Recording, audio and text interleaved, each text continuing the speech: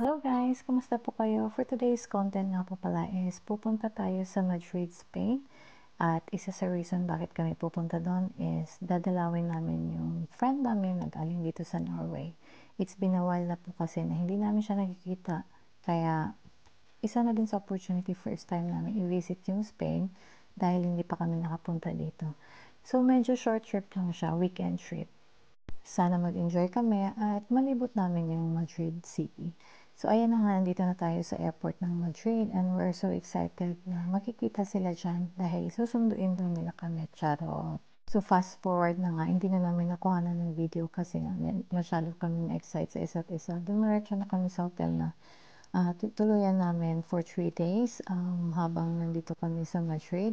And it was very nice hotel actually. Nasa taas kami, 27th floor. Yun na nga, the first day na dumating kami, dumiretso na agad kami sa mga tourist attraction nila dito, which is napakaganda, napakalaki yung lake nila dito at buhay na buhay, malinis, maraming mga isda. Kaya nag-enjoy naman talaga kami libutin to dito.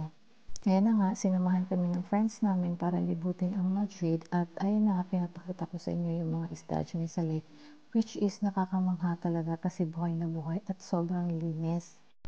So, ang ganda talaga ng weather dito guys. Hindi masyadong malamig, hindi masyadong mainit. So, perfect timing yung punta namin dito. Nag-i-enjoy kami habang nandyan kami sa lake. At the same time, nag-chill na rin. Looking for surroundings at i-enjoy yung moment. After na nga namin siya, dumiretso na kami sa Christmas market nila, which is malapit lang din, Manchester City. Na-curious kami kung ano makikita namin dito. Kaya nilibot na din namin. So, usually yan yung nakalagay dyan. So, parang Catholic or Christian siya. Nagdi-display din sila ng Belen na kung tinatawag natin sa Pinas.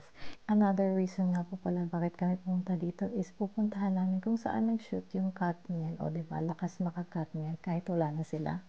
From City of Madrid, pupunta kami sa Toledo, Spain, which is doon na nga nag-shoot yung Katniel dati. Hayaan nyo na guys, matagal na naman yun. So may bago ng love team tayo ngayon kay Catherine, diba?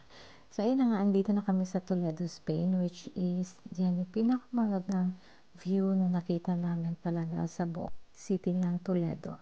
Habang nandiyan na kami, so i-enjoy na rin din namin yung moment at tinitingnan na lang din namin paano or kung gaano kaganda yung view dyan.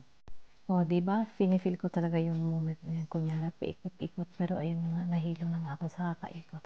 Ganda rin ng mga castles dyan. Tsaka yung landscape talaga nila ay nakakamangha. Parang nasa drawing lang or yung parang pinipaint lang. Pero totoo talaga yung nakikita ko eh. Kaya sobrang na-inlove ako sa city na to. Yung Toledo, Spain nga po pala is yung old city ng Spain, which is napakaganda ng overlooking view niya. Kaya after na nga namin nag-stay dyan, ayun, nagutom na kami. Kaya bumalik na kami at pumunta na kami sa city para kumain.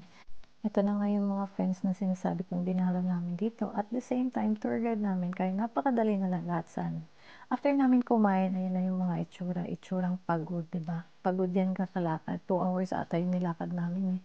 Pinakita ko na lang din yung mga nakuha na namin pictures, which is usually hindi ko na kinuha na ng video. So, ayun na nga po yung mag-view trip namin at saka yung Toledo trip namin with friends. Super duper talaga. Ang saya ng pagpunta namin dyan kasi napaka-welcoming nila at talagang inalagaan nila kami at napakagaling na tour guide.